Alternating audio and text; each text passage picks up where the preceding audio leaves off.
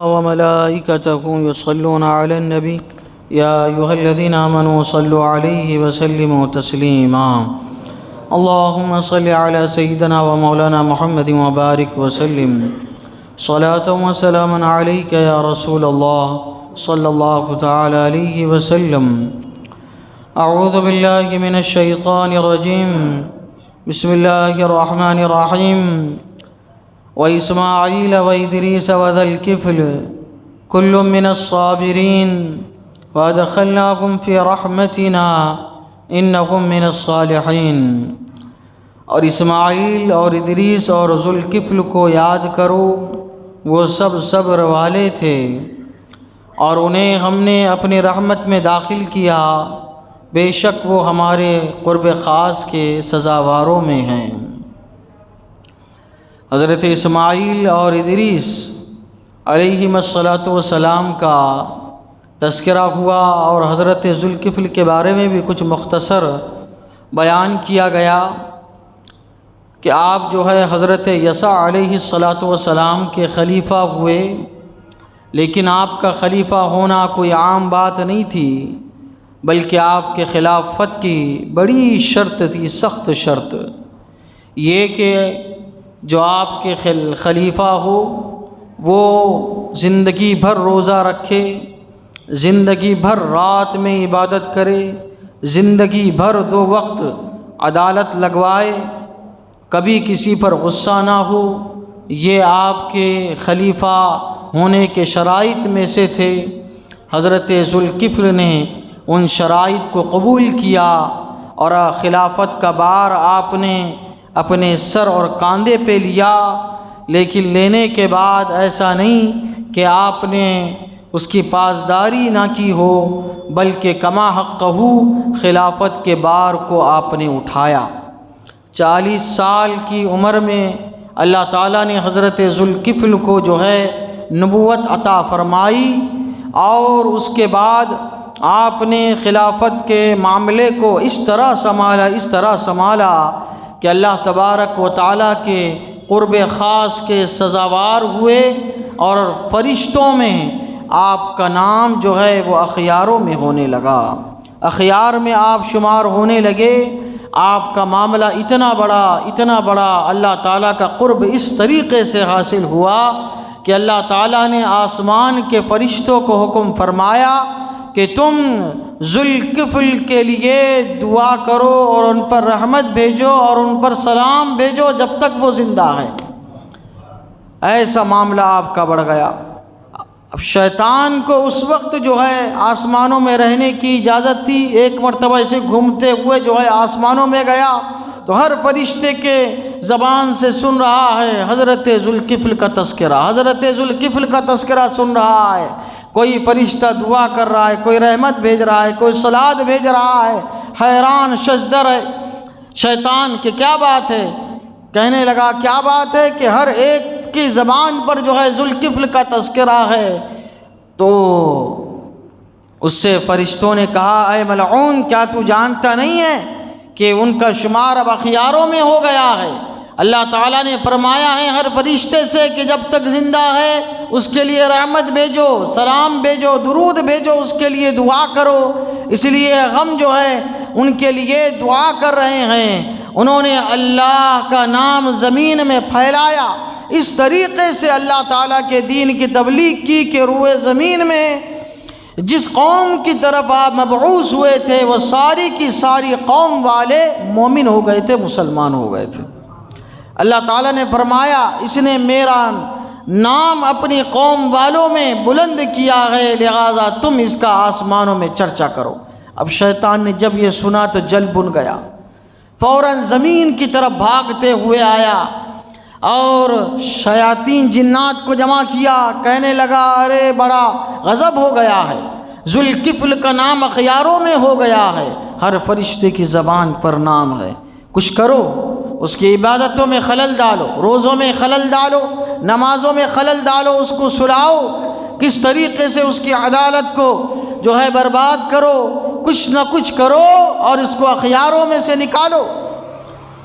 جناتوں نے جو ہے خوب کوشش کی، شیاطین نے خوب کوشش کی، مسلسل 40 دن تک لگاتار آپ کو پریشان کرنے کی کوشش کی۔ کوئی ایسا انہوں نے بہانہ تلاش کرنے کی کوشش کی کہ جس کی وجہ سے آپ کی عبادت میں خلل آ سکے، لیکن کوئی ان کا حربہ کارگر نہیں ہوا۔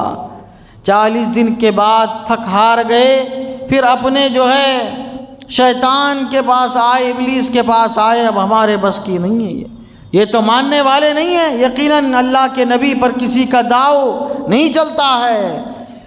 شیطان نے جب دیکھا کہ بھائی ان لوگوں سے یہ کام ہونے والا نہیں ہے تو کہنے لگا ٹھیک ہے، مجھے ہی کچھ کرنا پڑے گا۔ اب ایک بوڑھے شکل کی صورت اختیار کی اور حضرت ذوالکفل کا معاملہ کیا تھا؟ رات بھر عبادت کرتے تھے، سوتے نہیں تھے، اشراق سے لے کے زوال تک پھر عدالت لگواتے تھے، پھر اس کے بعد 4 گھنٹے دوپہر میں آپ سوتے تھے، پھر اٹھتے تھے، تورات شریف پڑھتے تھے، پھر افطار کرتے تھے، پھر عبادت رات بھر۔ وہ دوپہر میں 4 گھنٹے سوتے تھے، اس کے علاوہ آپ سوتے ہی نہیں تھے، قیلولہ جس کو کہا جاتا ہے۔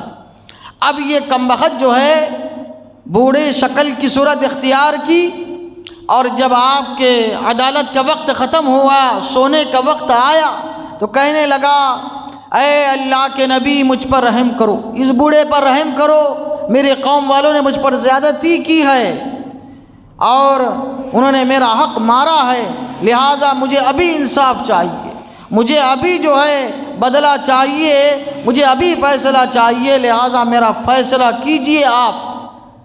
اور باتوں میں ایسا لگایا کہ وہ 4 گھنٹے کا وقت جو آپ کے قیلولے کا تھا وہ نکل گیا۔ حضرت نے فرمایا ٹھیک ہے، اب کیا کرو، تم کل آنا، لیکن کل جو ہے میرے عدالت کے وقت آنا، یہ وقت نہیں آنا، یہ وقت میرے سونے کا وقت ہے، آرام کا وقت ہے، عدالت لگتی ہے اشراق کے بعد، عدالت کے وقت آنا، اور سنو ساتھ میں جو ہے جن کے خلاف تم دعویٰ کر رہے ہو ان کو بھی لے کے آنا ساتھ میں، تاکہ میں دونوں کا معاملہ سن کر فیصلہ کر سکوں۔ کہنے لگا ٹھیک ہے، کل آؤں گا، عدالت کے وقت آؤں گا۔ دوسرے دن عدالت لگی صبح اشراق کے وقت، اشراق کے بعد حضرت انتظار کر رہے ہیں، آیا ہی نہیں۔ حضرت کے انتظار کی گھڑیاں جو ہے وہ ختم ہوئی، عدالت کا وقت ختم ہوا۔ اب دوپہر کا وقت جب قیلولہ کا آیا، حضرت اپنے حجرہ مبارکہ میں تشریف لے گئے تو محل کے پاس دربان جو تھا اس سے کہا کہ دروازہ کھولو۔ دربان نے کہا حضرت کے سونے کے وقت دروازہ نہیں کھلے گا۔ کہنے لگا میں نے اجازت لے لی ہے، جھوٹ بولا، میں نے اجازت لی ہے، دروازہ کھولو۔ الغرض دربان نے دروازہ کھولا، آپ حجرے میں تھے، دروازہ کھٹکھٹایا، آپ نے دروازہ کھولا تو دیکھا کہ وہی بوڑھا شخص جو ہے وہ موجود ہے۔ مسکرائے، فرمانے لگے کیا بات ہے، میں نے تم کو کہا تھا کہ عدالت کے وقت آنا، تم نے اتنی دیر کر دی۔ مکاری کرنے کہنے لگا حضور کیا کہوں، یہ جب آپ کی عدالت لگتی ہے تو وہ جو میری قوم والے ہیں کہتے ہیں کہ ہم تمہارا حق تم کو دے دیں گے، کسی عدالت میں جانے کی ضرورت نہیں ہے، لیکن جیسے ہی آپ کی عدالت کا وقت ختم ہوتا ہے میرا حق دینے سے منع کر دیتے ہیں۔ تو حضرت نے فرمایا ٹھیک ہے، وہ تمہارے خلاف جن کے خلاف تم دعویٰ کرو وہ لوگ کہاں ہیں؟ اب باتوں میں ایسا لگایا کہ وہ بھی قیلولے کا وقت ختم ہو گیا۔ مسلسل 2 دن سے آپ کو نیند نہیں ہے، 2 دن وہ وقت جو ہے ختم ہو گیا۔ آپ نے فرمایا کل عدالت کے وقت آنا، عدالت کے وقت کل آنا، اور ساتھ میں ان کو لے کر آنا۔ اچھا ساتھ میں اگر تم نہیں لے کے آ رہے ہو ان کا نام بتا دینا، ہم منگوا لیں گے، ان کو بلوا لیں گے، ہم بلوا لیں گے، تم کو تکلیف دینے کی ضرورت نہیں ہے، ہم جو ہے ان کو بلوا لیں گے۔ اب جب تیسرے دن اشراق کے وقت عدالت لگی پھر یہی معاملہ ہے، حضرت نے انتظار کیا، آیا ہی نہیں۔ اب حضرت کے قیلولے کا وقت ہوا تو آپ نے دربان کو تاکید فرمائی اب کوئی بھی آئے دروازہ نہیں کھولنا ہے، دروازہ اب جو ہے بالکل نہیں کھولنا ہے، 2 دن سے میری نیند نہیں ہوئی ہے۔ دربان نے کہا جی حضور جیسا آپ کا حکم ہو۔ اب جب آپ آرام کے لیے حجرے میں تشریف لے گئے، دربان کے پاس آئے، دربان نے بالکل نہیں آیا، دروازہ کسی کے لیے کھولا جائے گا، حضرت نے 2 دن سے آرام نہیں کیا ہے، بالکل نہیں کھولا جائے گا۔ اب ابلیس تھا، شیطان تھا، جن تھا، روشن دان سے کھڑکی سے جو ہے اندر محل میں داخل ہوا اور دروازہ کھٹکھٹایا۔ حضرت نے جب دروازہ کھولا تو دیکھا کہ وہی بوڑھا شخص موجود ہے۔ حیران ہوئے، پریشان ہوئے، پلمانے لگے، کیا بات ہے؟ پھر اکیلے آ گئے۔ پھر ذہن میں خیال آیا کہ میں نے تو دربان کو منع کیا تھا کہ جو ہے دروازہ نہیں کھولنا ہے، پھر کس طریقے سے اس نے جو ہے دروازہ کھول دیا۔ آپ جب دروازے کے پاس گئے، دیکھا کہ دروازہ تو ایک دم اچھی طریقے سے بند ہے۔ آپ کو معمہ تھوڑا سا سمجھ میں آ گیا، فرمانے لگے کیا بات ہے، دروازہ تو بند ہے، تم اندر کیسے آ گئے؟ کہنے لگا روشن دان سے آیا ہوں، کیا کروں، قوم والوں نے بہت ستایا ہے، پریشان کر رہے ہیں، آپ اندر جو ہے آرام کر رہے ہیں، سکون کی نیند لینا چاہ رہے ہیں، اور ہم جو ہے اتنے دنوں سے پریشان ہیں۔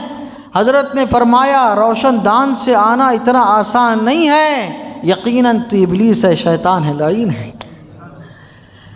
کہنے لگا جی حضور میں ہی شیطان ہوں، ابلیس ہوں، لعین ہوں، کیا کروں؟ میرے چیلوں نے آپ کو پریشان کیا، لیکن آپ کو نے کسی کو خاطر میں نہیں لایا۔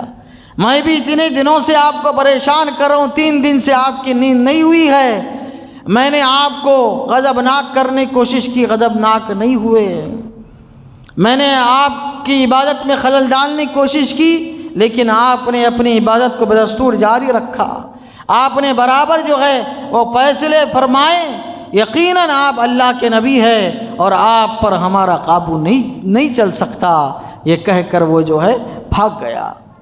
حضرت ذوالکفل یہ اللہ کے نبی ہے، 80 سال کی عمر مبارک ظاہری آپ کی رہی، اور جو ہے فلسطین کے ایک شہر موان میں جو ہے حضرت کا مزار مقدس ہے، وہیں پہ آپ جو ہے وہ آرام فرما ہیں۔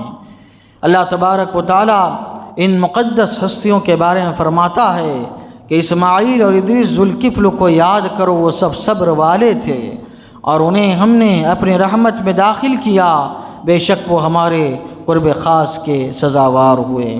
اللہ تعالیٰ کی بارگاہ میں دعا ہے قرآن شریف سیکھنے سمجھ رہے، اس کے مطابق ہم سب کو اپنی زندگی گزارنے کی توفیق عطا فرمائے، آمین۔